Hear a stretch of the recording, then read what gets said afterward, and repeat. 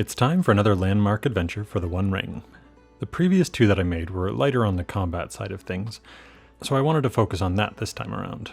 And since the Dwarves of Durin's folk will be the starting point, it seemed like a good idea to make it a dungeon crawl.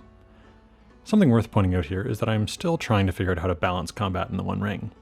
In D&D, the Dungeon Master's Guide has a great system for setting the difficulty of an encounter, and while it's not perfect, it is a very good starting point.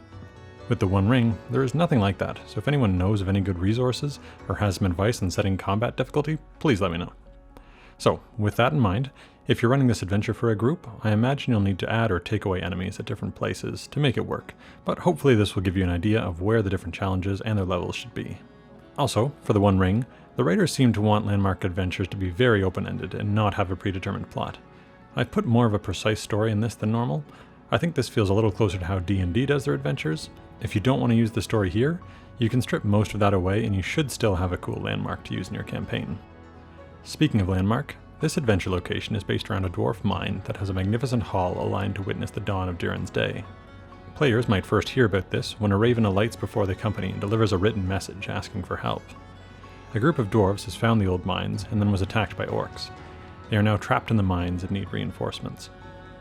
In the mines, I've included locations where different amounts and types of enemies are, and I have also made a random table that you can roll on when players first investigate the room.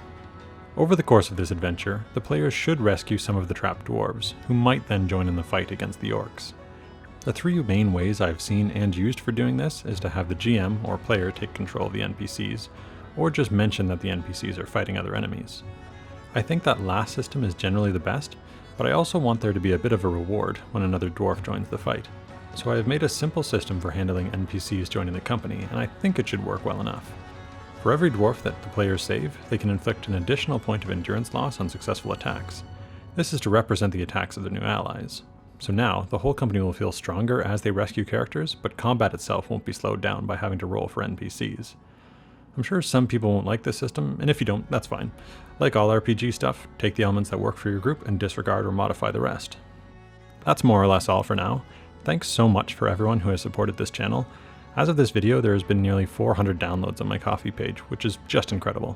It is with your help that I got the software to make these cool maps. Also, I have to say, the One Ring community is just so kind and decent, and that is a nice thing to find on the internet.